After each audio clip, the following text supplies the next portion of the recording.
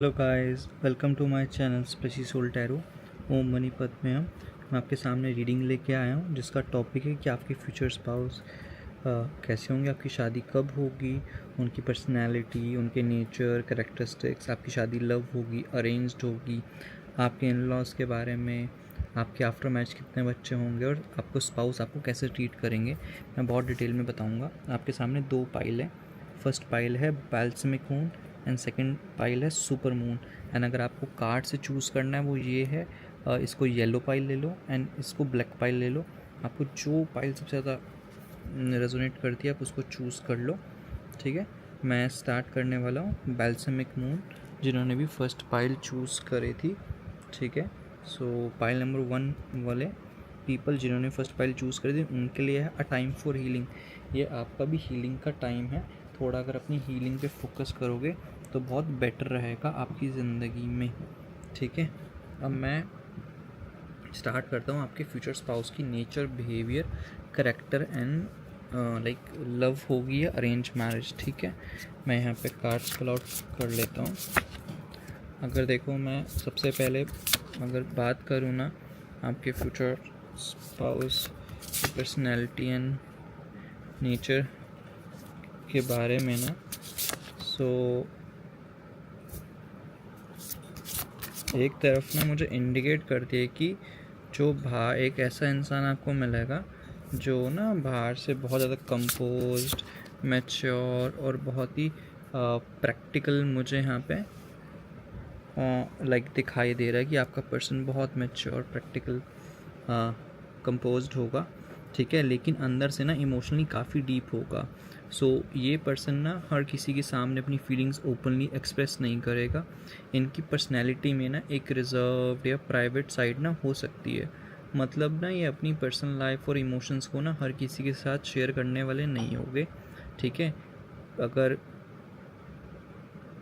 अगर आप पहली बार जब जैसे इनसे मिलेंगे ना तो हो सकता है कि आपको थोड़े सीरियस, क्वाइटेड, डिफ़िकल्ट टू रीड करने वाले पर्सन लगे।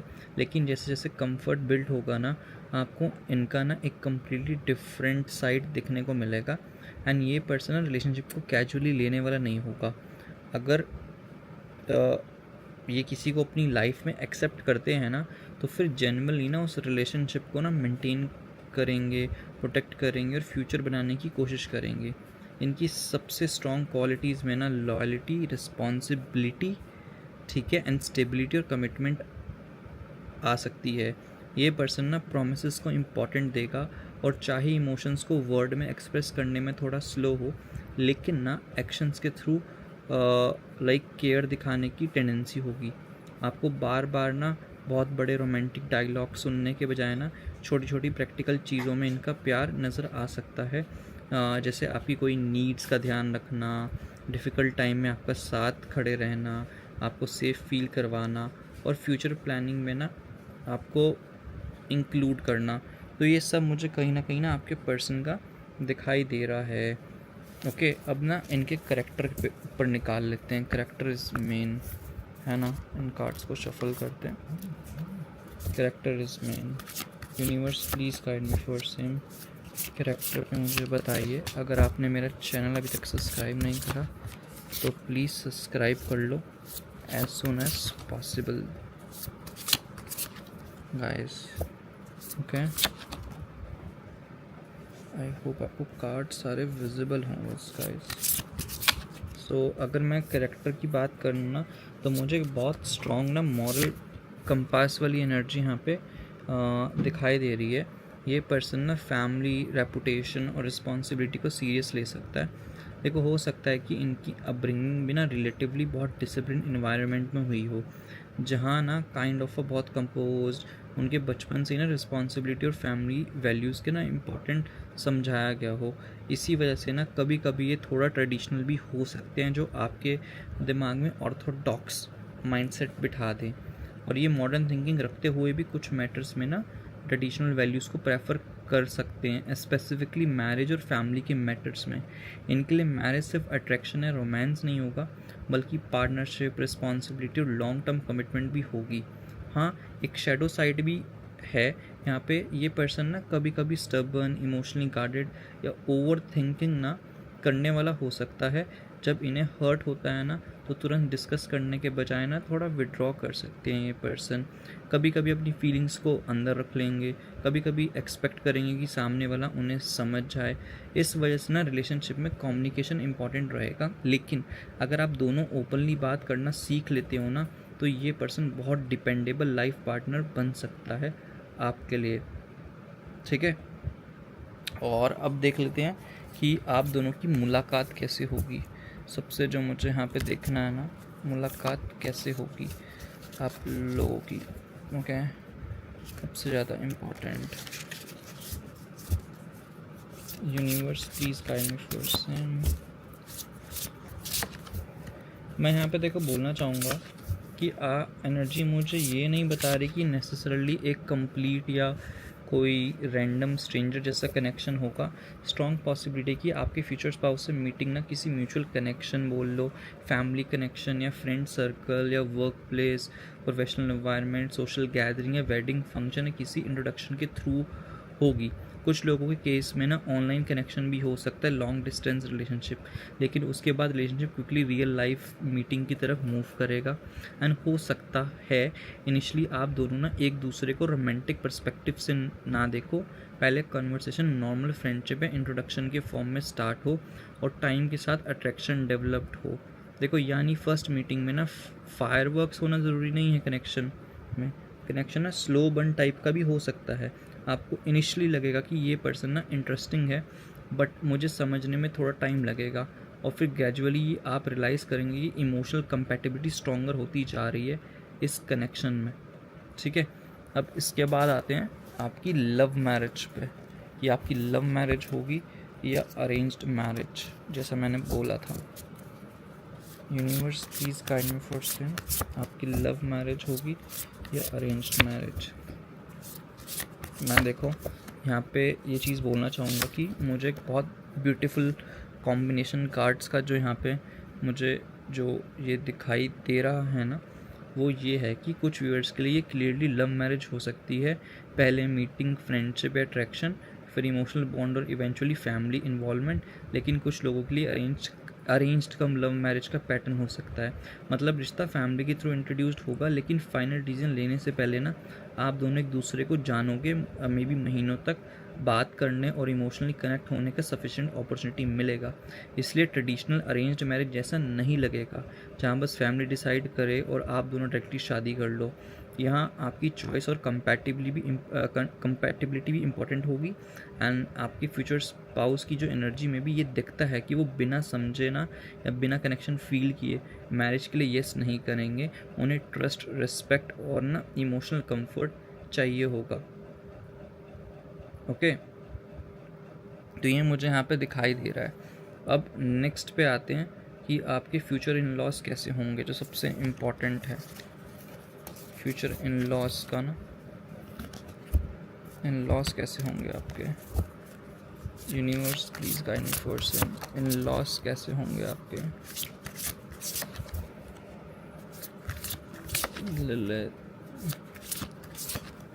सॉरी, कार्ड्स ना ये उल्टे हैं, ये कार्ड गिर गया है, 2 कार्ड ये। ओके, ये कार्ड सही है। Okay, the tower, bottom of the deck. Initiation हर वक्त नेगेटिव नहीं होगा टावर का मतलब, ठीक है, स्पेसिफिकली यहाँ पे। ठीक है, सो बेसिकली अगर मैं फ्यूचर इन लॉ और ससुराल के इन्वायरमेंट के बारे में बोलूँ ना, ठीक है, सो मुझे ना यहाँ पे एनर्जी दिखाई दे रही है कि फैमिली सेटअप की तरफ ना इंडिकेट कर जो फैमिली ना वैल्यूज़, रिस्पेक्ट और ट्रेडिशन को काफ़ी इम्पोर्टेंट देती होगी। आपके फ्यूचर इन लॉज ना पहली मीटिंग में थोड़े फॉर्मल, ऑब्जर्वेंट, रिजर्व लग सकते हैं। हो सकता है कि वो आपको इमीडिएटली अपने इमोशंस ओपनली एक्सप्रेस ना करें, बल्कि पहले आपको समझने की कोशिश करें कि कैसे आप बात करते हैं, फैमिली के साथ कैसे बिहेव करते हैं, आपके वैल्यूज़ क्या हैं और आप उन्हें उनके बेटे या बेटी के साथ कितना कंपैटिबल है। इसलिए अगर बिगनिंग में आपको लगे कि शायद ये लोग मुझे पसंद नहीं कर रहे हैं ना, तो ज़रूरी नहीं है कि ऐसा हो। कुछ फैमिलीज़ ना अफेक्शन को वर्ड्स के थ्रू नहीं बल्कि ऑब्जर्वेशन और प्रैक्टिकल एक्शंस के थ्रू शो करती है। आपकी मदर इन लॉ या फ्यूचर में मदर इन लॉ फिगर की जो एनर्जी मुझे दिखाई दे रही है ना, वो कंपैरेटिवली बहुत स्ट्रॉन्ग नज़र आ सकती है। ठीक है, जो होगी ना मदर इन लॉ, वो फैमिली मैटर को सीरियसली लेने वाली हैं, प्रोटेक्टिव होंगी और अपने जो बेटा या बेटी के लिए ना बहुत इमोशनली अटैच्ड हो सकती है। मम्माज़ बॉय या मम्माज़ गर्ल भी हो सकती है, तो उनका नेचर केयरिंग हो सकता है, लेकिन साथ भी ना उनकी एक्सपेक्टेशंस भी हो सकती हैं आपसे बहुत तगड़ी वाली। हो सकता है वो चाहें कि घर में कुछ ट्रेडिशंस फॉलो हों, फैमिली ओकेजन्स को इम्पॉर्टेंट मिले और रिलेशनशिप में रिस्पेक्ट मेंटेन रहे। कभी कभी उनकी पर्सनैलिटी थोड़ी डोमिनेटिंग या ओपिनियन एटेड भी फील हो सकती है, जिससे आपको बहुत बुरा फील हो सकता है। ठीक है, स्पेसिफिकली अगर उन्हें लगता है कि फैमिली का कोई मैटर उनके कंट्रोल से बाहर जा रहा है, लेकिन इसका मतलब नेसेसरली नेगेटिविटी नहीं है। इनकी स्ट्रिक्टनेस के पीछे फैमिली को प्रोटेक्ट करना और अपने बच्चे के लिए बेस्ट चाहने वाली मेंटेलिटी भी हो सकती है। जैसे जैसे वो आपको समझेंगे और देखेंगे कि आप जेन्युइनली उनके चाइल्ड की हैप्पीनेस और वेलबींग चाहते हैं, उनके साथ बॉन्ड सिग्निफिकेंटली इम्प्रूव मुझे यहाँ पे दिखाई दे रहा है। एंड फादर इन लॉ की एनर्जी ना थोड़ी डिफरेंट हो सकती है। वो कंपेरेटिवली क्वाइट, प्रैक्टिकल और लेस इमोशनली एक्सप्रेसिव हो सकते हैं। हो सकता है कि वो अननेसेसरली इंटरफेयर ना करें और अपनी बाउंड्रीज मेंटेन करें। उनके लिए रिस्पेक्ट, रिस्पॉन्सिबिलिटी और फैमिली रेपुटेशन ना बहुत इंपॉर्टेंट हो सकती है। अगर आप उन्हें उनके साथ बहुत कामली, रिस्पेक्टफुली कम्युनिकेट करते हैं, तो वो आपको ग्रेजुअली एक्सेप्ट कर लेंगे और सपोर्ट करने वाले हो सकते हैं, जहाँ पे वो आपकी मदर इन लॉ से भी इतना मतलब कि उनको थोड़ा सपोर्ट ना करे। ठीक है, देन इसके बाद देख लेते हैं कि आपके बेबीज़ कितने होंगे। जितने मुझे यहाँ पे देखता हूँ बेबीज़ की क्या एनर्जीज आ रही हैं। ओके, बेबीज़ की एनर्जीज देखते हैं। Then universe please guide me for same. Universe please guide me for same कि आपकी शादी के बाद कितने बच्चे होंगे। देखो आपके कार्ड्स में ना मुझे फैमिली ग्रोथ और नर्चरिंग एनर्जी काफ़ी स्ट्रॉन्ग नज़र आ रही है। देखो इस पाइल में ना एक स्ट्रॉन्ग इंडिकेशन है 2 चाइल्ड एनर्जी। ठीक है, कि ये बहुत से व्यूअर्स के लिए ना शादी के बाद 2 चिल्ड्रन की पॉसिबिलिटी प्रोमिनेंट हो सकती है, लेकिन कुछ व्यूअर्स के केस में ना 1 चाइल्ड एनर्जी भी हो सकती है। स्पेसिफिकली अगर आप ये फ्यूचर्स स्पाउस को ना प्रायोरिटी को लेकर अगर केयरफुली प्लान करने वाले हो तो, बिकॉज मुझे ऐसा लगता है कि आपके फ्यूचर स्पाउस के करियर या फाइनेंसिस या लाइफस्टाइल में थोड़ी अगर डिस्ट्रप्शन आएगी तो you will think about only 1 child. इसलिए कार्ड्स को ना कार्ड्स को बेसिकली फिक्स्ड फेट के रूप में नहीं, बल्कि देखो करंट एनर्जीज़ के पॉसिबिलिटी के रूप में देखो आप। ठीक है, तो ये है यहाँ पे।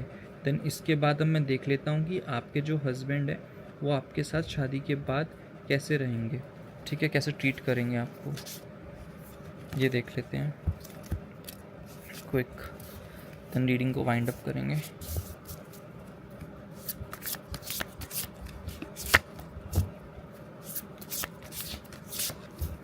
देखो मुझे यहाँ पे इस फाइल की जो एनर्जी आ रही है ना, मुझे बहुत ओवरऑल एक प्रोटेक्टिव एनर्जी आ रही है, बहुत कमिटेड वाली और बहुत रिस्पॉन्सिबल स्पाउस की तरफ इंडिकेट करती है। शादी के बाद ना देखो आपका पार्टनर आपको कैजुअली ट्रीट करने वाला नहीं लगता। उनके लिए मैरिज एक बहुत सीरियस कमिटमेंट होगी, और वो एक बार जब फुली कमिट हो जाएंगे ना आपके साथ, तो मे be they may feel a strong responsibility towards you and the relationship you are been with. तो ये पर्सन ना हो सकता है बहुत ज़्यादा फिल्मी या ओवर एक्सप्रेसिव ना हो, लेकिन उनका अफेक्शन ना मोस्टली जो मुझे दिखाई दे रहा है कि एक्शंस के थ्रू दिखेगा। मतलब अगर आप अनवेल हैं ना तो मेडिसिन अरेंज करना, अगर आप स्ट्रेस्ड हैं तो प्रैक्टिकल हेल्प करना, अगर आपको किसी चीज़ की ज़रूरत है तो क्वाइटली मैनेज कर देना, ये उनका प्यार एक्सप्रेस करने का स्टाइल हो सकता है। एंड शादी के बाद ना सबसे स्ट्रांगली जो चीज़ फील हो सकती है ना वो है सिक्योरिटी। आपको ग्रेजुअल ये फीलिंग आ सकती है कि मुझे हर प्रॉब्लम अकेले हैंडल नहीं करना पड़ेगा। जब लाइफ में कोई डिफ़िकल्ट सिचुएशन आए ना, financial pressure, family issues, career stress या इमोशनल प्रॉब्लम, तो ये पर्सन सिचुएशन से भागने के बजाय ना सोल्यूशन ढूंढने की कोशिश करेगा। हो सकता है वो इंस्टेंटली परफेक्ट इमोशनल वर्ड्स ना बोल पाएगा आपको, लेकिन वो आपके पास रहकर ना प्रॉब्लम सॉल्व करने की कोशिश करेगा। अगर आप इमोशनल हो जाते हो ना तो इनिशियली वो समझने में थोड़ा टाइम ले सकता है, बिकॉज उनकी approach may be more logical हो रादर देन बीइंग इमोशनल, लेकिन टाइम के साथ ना वो सीखेगा कि कब आपको सोल्यूशन नहीं, सिर्फ कंफर्ट और रीअश्योरेंस चाहिए आपसे। सो ये मुझे काइंड ऑफ आपकी रीडिंग में दिखाई दे रहा है। ठीक है, मैं वो 2 कार्ड और निकाल लेता हूँ और देख लेता हूँ। और एक क्या है, 10 ऑफ कप्स। देखो मुझे यहाँ पे दिखाई दे रहा है कि एक स्ट्रॉन्ग इंडिकेशन है, प्रोटेक्टिवनेस का भी है। देखो स्पाउस आपको लेकर कंसर्न रह सकता है और चाहेगा कि आप सेफ और कंफर्टेबल रहें, लेकिन यहाँ एक शैडो साइड भी हो सकती है। कभी कभी ना ये प्रोटेक्टिवनेस पॉजेसिवनेस या ओवर कंसर्न में कन्वर्ट हो सकती है। अगर उनका पर्सनैलिटी नेचुरली सीरियस और ओवर थिंकिंग टाइप होगा ना, तो वो कुछ सिचुएशंस में अननेसेसरी वरी कर सकते हैं आपको। फॉर एग्ज़ाम्पल, अगर आप लेट हैं तो बार बार चेक करना, आपकी सेफ्टी को लेकर टेंशन लेना या सर्टेन सिचुएशंस में एक्स्ट्रा कॉशियस होना। हेल्दी कम्युनिकेशन यहाँ इंपॉर्टेंट रहेगा ताकि केयर कंट्रोलिंग बिहेवियर में ट्रांसफॉर्म ना हो। ओवरऑल ना मुझे एनर्जी कंसर्न की है, डोमिनेशन की नहीं दिखाई दे रही, लेकिन बाउंड्रीज दोनों साइड से मेंटेन करना ज़रूरी होगा। I hope you guys like this reading pile number 1। ठीक है, ये आपके लिए था। ठीक है, अब आते हैं पाइल नंबर 2 वालों पे जिन्होंने भी कार्ड चूज़ करा था। तो अगर आपने मेरे चैनल को सब्सक्राइब नहीं करा गाइस तो प्लीज़ सब्सक्राइब कर ले soon as possible pile number 1। ठीक है, आपसे मिलेंगे न्यू रीडिंग में न्यू टॉपिक के साथ। अब आते हैं पाइल नंबर 2 पे, emotions are running high, super moon. जिन्होंने भी ये चूज़ करा था कार्ड, आपके इमोशंस बहुत हाई रन कर रहे हैं पाइल नंबर 2। अगर आप इनको कंट्रोल कर सकते हो या भी उनको सब्टल स्टेट ऑफ माइंड में ला सकते हो तो it will be very good for you as of now. ठीक है, अब निकाल लेते हैं कि आपके फ्यूचर स्पाउस की नेचर, कैरेक्टर, ठीक है, मीटिंग एंड क्या होगा, love marriage arrange marriage type. ठीक है, ओके, आई होप आपको कार्ड्स दिख रहे हों गाइस पूरे अच्छे से, hopefully.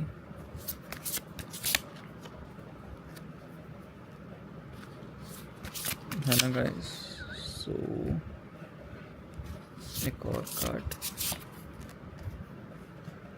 Okay, I hope cards are visible to you, है ना।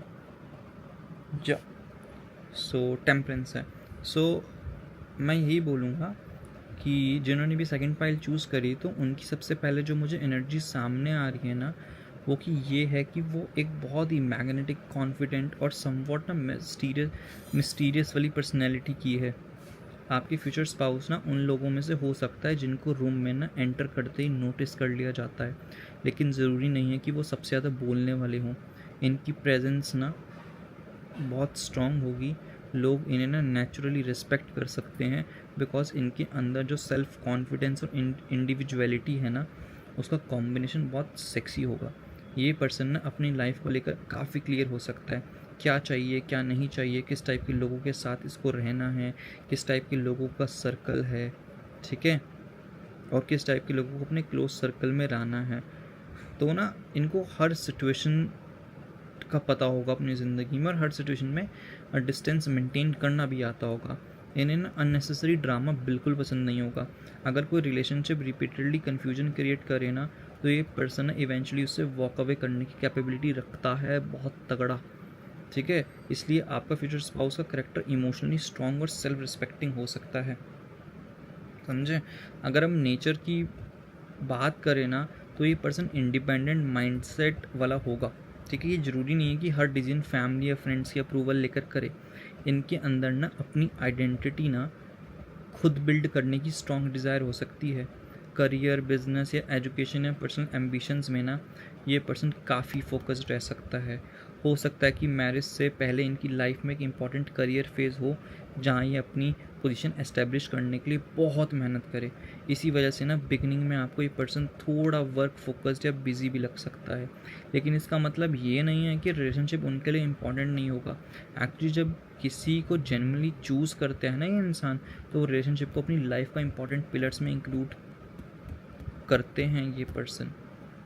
ठीक है, मैं थोड़ा और देख लेता हूँ इनकी पर्सनैलिटी का। ठीक है, इन कार्ड्स को यहाँ पे रख देता हूँ और कार्ड्स निकालते हैं थोड़े। इनकी पर्सनालिटी के बारे में। अगर आपने मेरा चैनल अब तक सब्सक्राइब नहीं करा गाइस तो प्लीज़ सब्सक्राइब कर लो as soon as possible. Okay, so जो तीडी मस्त कार्ड्स आए हैं, मस्त हैं ये वाला ना। सो देखो, अगर इनकी पर्सनैलिटी का अगर सबसे इंटरेस्टिंग कॉन्ट्रास्ट ये भी हो सकता है कि बाहर से बहुत स्ट्रॉन्ग, अंदर से एक्सट्रीमली सेंसिटिव दिखाएं, लोग शायद इन्हें इमोशनली टफ समझे, लेकिन रियलिटी में ना ये पर्सन वर्ड्स और एक्शंस को ना बहुत डीपली फील कर सकता है। अगर किसी ट्रस्टेड पर्सन ने इनका ट्रस्ट ब्रेक किया हो ना, तो उस एक्सपीरियंस ने ना इन्हें इमोशनली कॉशियस बना दिया हो सकता है।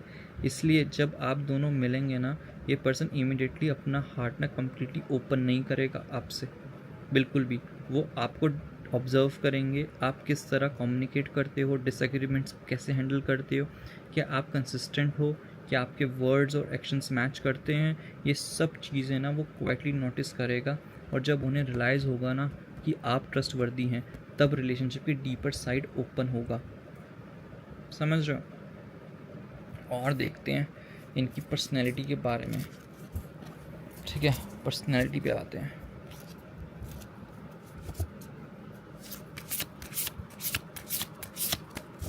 Universe please guide me for same. मैं बड़े कार्ड्स 8 कार्ड्स निकालता हूँ, एक ही बारी में सब समझ आ जाए।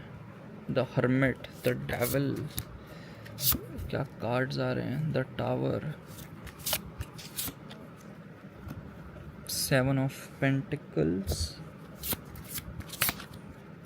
Nightmare of crystals. देखो, अगर मैं फ्यूचर स्पाउस में देखूँ ना, तो आपकी फ्यूचर स्पाउस में ना क्या बोलते हैं, प्रोटेक्टिव लॉयल्टी का एलिमेंट बहुत स्ट्रॉन्ग है। अगर वो आपको अपने पर्सन मान लेते हैं ना एक बार को, तो आउटसाइडर्स के ओपिनियन से ईजिली इन्फ्लुएंस नहीं होने वाला। लेकिन एक शैडो साइड यहाँ ना ये हो सकती है कि कभी कभी ना वो बहुत पोसेसिव या ओवरली ना प्रोटेक्टिव हो जाएंगे आपके लिए। उन्हें क्लैरिटी चाहिए होगी, mix signals, unnecessary jealousy games, emotional manipulation ना उन्हें बिल्कुल टॉलरेट नहीं होगी। रिलेशनशिप में ना ऑनेस्टी जो मुझे यहाँ पे दिखाई दे रही है, उनके लिए बहुत इंपॉर्टेंट होगा। आप उनसे स्ट्रेट बात करेंगे ना, तो वो आपकी बात को रिस्पेक्ट करेंगे। लेकिन अगर उन्हें लगे कि कुछ हाइड किया जा रहा है, तो ट्रस्ट इश्यूज़ क्विकली डेवलप हो सकते हैं उनके। और उनकी पर्सनैलिटी का ना एक और एस्पेक्ट की बात अगर मैं करूँ, तो कम्युनिकेशन स्टाइल है। ये पर्सन ना हर थॉट ना इमिडिएटली शेयर करने वाला नहीं होगा। कभी कभी वो पहले सिचुएशन को एनालाइज करेगा और फिर बोलेगा। इस वजह से बिगनिंग में आपको लग सकता है कि ये मुझे एग्जैक्टली क्या फील करता है समझ नहीं आ रहा, लेकिन उनके एक्शंस ना ऑब्जर्व कीजिए। ये पर्सन शायद आई लव यू ना 100 टाइम्स ना बोले, लेकिन आपकी इंपॉर्टेंट डिटेल्स याद रखेगा। आपकी रेफरेंस, गोल्स, डिफ़िकल्ट डेज और स्मॉल हैबिट्स तक नोटिस कर सकता है। इनके लव का मतलब सिर्फ वर्ड्स नहीं, प्रेजेंस एंड कंसिस्टेंसी हो सकता है। ठीक है। एंड अगर आप मेरे से पूछो ना यहाँ पे लव मैरिज या अरेंज मैरिज, मुझे यहाँ पे बहुत स्ट्रांगली लव कम अरेंज मैरिज का पैटर्न फील हो रहा है। मतलब कि कनेक्शन पहले ऑर्गेनिकली डेवलप हो सकता है और बाद में फैमिलीज इन्वॉल्व होगी। आप दोनों के बीच friendship, attraction, situationship, emotional understanding establish होने के बाद मैरिज की सीरियस कन्वर्सेशन हो सकती है। फैमिली इनिशियली सरप्राइज्ड भी हो सकती है, बिकॉज परहैप्स रिलेशनशिप उनके एक्सपेक्टेशंस के अकॉर्डिंग नहीं स्टार्ट हुआ था, लेकिन इवेंचुअली अप्रूवल मिलने की पॉसिबिलिटी बहुत स्ट्रॉन्ग है। कुछ व्यूअर्स के लिए ट्रेडिशनल अरेंज सेटअप भी पॉसिबल है, लेकिन अरेंज इंट्रोडक्शन के बाद रिलेशनशिप क्विकली ना फ्रेंडशिप और लव में कन्वर्ट होएगा। ये है मोटा मोटा जो मुझे यहाँ पे दिखाई दे रहा है ये। और मुझे ना बहुत different background, different style, different caste, different religion की बहुत तगड़ी पॉसिबिलिटी दिखाई दे रही है। बहुत तगड़ी वाली पॉसिबिलिटी की बहुत डिफरेंट हो सकता है। समझ रहे हो? अब देखते हैं कि आपके फ्यूचर इन लॉस कैसे होंगे, सबसे इम्पॉर्टेंट। ठीक है। Universe please guide me for same. Hangman. देखो, आपके फ्यूचर इन लॉस के फैमिली स्ट्रक्चर ना मुझे बहुत कंपैरेटिवली ना बहुत स्ट्रक्चर्ड, बहुत ऑर्गेनाइज्ड एंड बहुत रिस्पेक्टफुल और बहुत रेपुटेशन वाले कॉन्शियस हो सकते हैं कि अपनी रेपुटेशन बचाने के लिए ना अगर कुछ गलत भी कर रहे हो ना, तो उस पर 100 पर्दे डालने वाले होंगे। समझ रहे हो? तो इस टाइप की फैमिली है। इस फैमिली में ना देखो, लोग जो है ना बहुत अपने रोल्स, अपने रिस्पॉन्सिबिलिटीज़ को ना बहुत सीरियसली लेते होंगे। बाहर के लोगों के सामने फैमिली की यूनाइटेड और बहुत वेल मैनेज्ड इमेज मेंटेन करने वाली होगी, लेकिन घर के अंदर पर्सनैलिटीज़ बहुत काफ़ी स्ट्रॉन्ग हो सकती है। इसलिए जब आप पहली बार इस फैमिली में एंटर करोगे ना, तो आपको इनिशियली थोड़ा ऑब्जर्व किया जा रहा होगा, ऐसे फील हो सकता है कि, लेकिन ये नेसेसरली रिजेक्शन नहीं होगा। फैमिली आपको समझना चाहेगी, स्पेसिफिकली आपका nature, family values, communication, okay, आपका स्टाइल, ठीक है, और अपने फ्यूचर स्पाउस के साथ कितना कंपैटिबल है, ये सब देखा जाएगा। सबसे प्रोमिनेंट एनर्जी ना मुझे यहाँ पे आपकी मदर इन लॉ की आ रही है कि वो वूमेन ना बहुत इमोशनली इंटेलिजेंट हो सकती है, लेकिन उनका पर्सनैलिटी ना सॉफ्ट से ज़्यादा ना स्ट्रॉन्ग और अथॉरिटेटिव हो सकता है। वो फैमिली के मैटर्स में ओपिनियन देने वाली और इम्पोर्टेंट डिसीजन में इन्वॉल्व वही होगी और उन्हीं का हुक्का पानी चलेगा, फादर इन लॉ का नहीं चलेगा। इस बात को ध्यान रखना। उन्हें अपने चिल्ड्रन की लाइफ को लेकर ना बहुत स्ट्रॉन्ग एक्सपेक्टेशंस हो सकती है। अगर उन्हें लगेगा कि ना कि जेन्युइनली फैमिली को रिस्पेक्ट करते हो आप, तो वो उस पर्सन को इवेंचुअली बहुत प्रोटेक्ट भी कर सकती हैं अगर आप करोगे तो। लेकिन अगर उन्हें कोई चीज़ पसंद नहीं आएगी ना, तो वो अपनी ओपिनियन क्लियरली एक्सप्रेस करने से हेजिटेट नहीं करेंगी, सुना देंगी 4 बातें भी आपको। फिर आपके और उनके बीच ना बिगनिंग में एक एडजस्टमेंट फेज़ आ सकता है, पर्टिकुलरली अगर आप दोनों को आइडिया लाइक हाउस होल्ड से रिलेटेड या ट्रेडिशंस या फैमिली रिस्पॉन्सिबिलिटी को लेकर डिफरेंट हो ना, तो ज़रूर शेयर कर लेना, बिकॉज आप दोनों ना, मुझे यहाँ पे नहीं दिखाई दे रहा कि आप दोनों सेम वर्च पे होंगे आइडियाज़ को लेके। लेकिन एक बहुत इंटरेस्टिंग ट्विस्ट भी है, आपकी मदर इन लॉ ना एनिमी वाली एनर्जी नहीं दे रही देखो आपको, कि पहले से तुम डर जाओ कि मैं डरा रहा हूँ तुमको, ठीक है। मुझे एक बहुत स्ट्रॉन्ग पर्सनैलिटी लग रही है, जो कि खुद एक स्ट्रॉन्ग पर्सनैलिटी से मिलेंगी, ठीक है। तो ये डायनेमिक तुम्हारा बहुत तगड़ा चलेगा।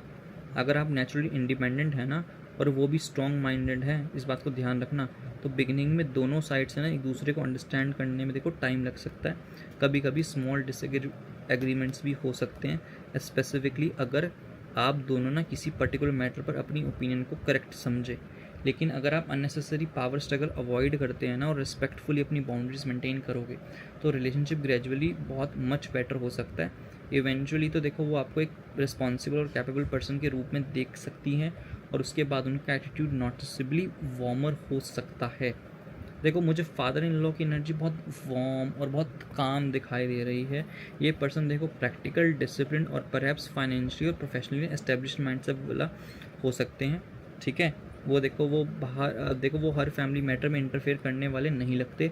हो सकता है वो क्वाइटली सिर्फ ऑब्जर्व करें और जब ज़रूरत हो तब अपनी ओपिनियन दे। देखो आपके साथ उनका रिलेशनशिप बहुत रिस्पेक्टफुल होगा, बहुत मधुर सा होगा, आपको उनसे इमोशनल क्लोजनेस इमीडिएट डेवलप हो जाएंगी, समझ रहे हो। और म्यूचुअल रिस्पेक्ट तो मिलेगी ही मिलेगी दोनों तरफ से। डिसएग्रीमेंट आपकी नहीं होने वाली आपके फादर इन लॉ के साथ बिल्कुल भी, ठीक है।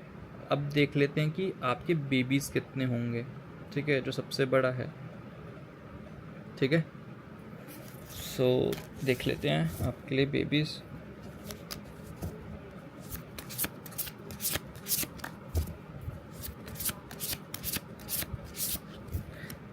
द फूल है। देखो इस फाइल में मुझे देखो फैमिली लाइक की एक्सपेंशन की एनर्जी डेफिनेटली स्ट्रॉन्ग लग रही है, लेकिन इसका पैटर्न ना पाइल 1 से डिफरेंट है, ठीक है। यहाँ मुझे ना 1 स्ट्रॉन्ग चाइल्ड एनर्जी के साथ ना सेकंड चाइल्ड पॉसिबिलिटी भी नज़र आ रही है। इसलिए ना कुछ व्यूअर्स के लिए 1 चाइल्ड प्रोमिनेंट होगा, जबकि दूसरा व्यूअर्स के लिए 2 चिल्ड्रन की पॉसिबिलिटी स्ट्रॉन्गर रेजोनेट करेगा। एग्जैक्ट नंबर ज़्यादा ना इंपॉर्टेंट ये है कि मैरिज के बाद फैमिली लाइफ में ना चिल्ड्रन का रोल इमोशनली सिग्निफिकेंट हो सकता है, ठीक है। आपके फर्स्ट चाइल्ड की एनर्जी ना मुझे बहुत प्लान बट डीपली इमोशनल लग रही है। हो सकता है आप दोनों शादी के इमीडिएटली बाद चिल्ड्रन का डिसीजन में रश ना करें और आप बहुत ज़्यादा जल्दी प्रेग्नेंट हो जाओ, because in terms of emotion के लिए। एंड सेकेंड जब चाइल्ड होगा उसमें आप मे बी प्लानिंग करो बहुत अच्छे से, ठीक है। तो ये मुझे आपकी चाइल्ड की एनर्जी आ रही है। अब आते हैं शादी के बाद आपका स्पाउस आपको कैसे ट्रीट करेगा, ठीक है। Universe please guide me for same.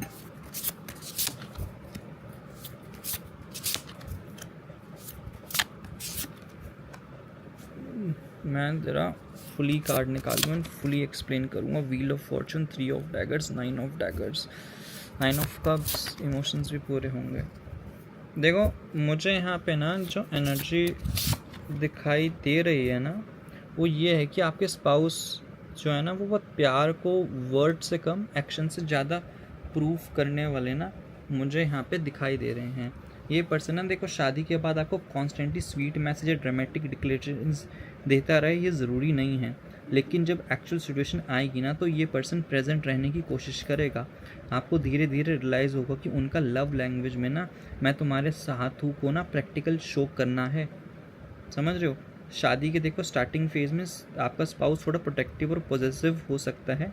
आप उनके लिए इमोशनली इम्पोर्टेंट बनेंगे और वो नेचुरली चाहेंगे कि आप सेफ, हैप्पी और सिक्योर रहें। अगर आप लेट घर आ रहे हो ना, तो ट्रैवल कर रहे हो कहीं पे या किसी डिफ़िकल्ट सिचुएशन में हो, तो वो चेक कर सकते हैं कि आप ओके हैं या नहीं। कभी कभी ये कंसर्न थोड़ा एक्स्ट्रा भी हो सकता है, आपको लग सकता है कि इतना टेंशन क्यों ले रहा है, लेकिन उनका पर्सपेक्टिव से ना ये कंट्रोल करने की इंटेंशन नहीं है, बल्कि अटैचमेंट और रिस्पॉन्सिबिलिटी की फीलिंग हो सकती है। फिर भी हेल्दी मैरिज के लिए बाउंड्रीज इंपॉर्टेंट होगी ताकि प्रोटेक्टिवनेस पॉजिटिवनेस में कन्वर्ट ना हो। और आपके स्पाउस की सबसे ब्यूटीफुल क्वालिटी ना शादी के बाद रिस्पेक्ट हो सकती है। ये पर्सन ना आपकी पर्सनैलिटी को कंप्लीट चेंज करने की कोशिश नहीं करेगा। अगर आपके अपने इंटरेस्ट, करियर गोल्स या फ्रेंड्स या हॉबीज़ हैं तो ग्रेजुअली वो उन्हें एक्सेप्ट करने की टेंडेंसी रखेगा। हाँ, प्रैक्टिकल डिसीजन ज़रूर होंगे, स्पेसिफिकली फाइनेंसेस को लेके, फैमिली को लेके, रिस्पॉन्सिबिलिटीज़ को लेके और फ्यूचर प्लानिंग को लेकर, बट वो आपको अपनी आइडेंटिटी सेक्रीफाइस करने के लिए नहीं देगा, ना ही फोर्स करने वाला आपको स्पाउस मिलेगा आपको। इनफैक्ट जब वो देखेंगे ना कि आप किसी गोल को जेन्युइनली परस्यू करना चाहते हो, तो क्वाइटली आपको सपोर्ट भी करेगा, आपको प्रोवाइड भी करवाएगा चीज़ें और आपके लिए बहुत हेल्प भी करेगा और सबके लिए लड़ने के लिए तैयार भी हो सकता है आपका स्पाउस। तो गाइज़ मुझे यही आपकी एनर्जीज़ दिखाई दे रही हैं आपके पर्सन की। यही गाइज़ रीडिंग थी। Hope you like the reading. अगर आपको मेरी रीडिंग अच्छी लगी तो प्लीज़ मेरे चैनल जरूर सब्सक्राइब करिए। अगर आपको मेरे से पर्सन रीडिंग लेनी है तो आप वो भी मुझसे कॉन्टैक्ट कर सकते हो। ठीक है, तब तक के लिए take care, god bless you. ओम मनी पद्मे हम मिलते एक न्यू रीडिंग में न्यू टॉपिक के साथ। Bye, see you. जय श्री राम, राधे राधे।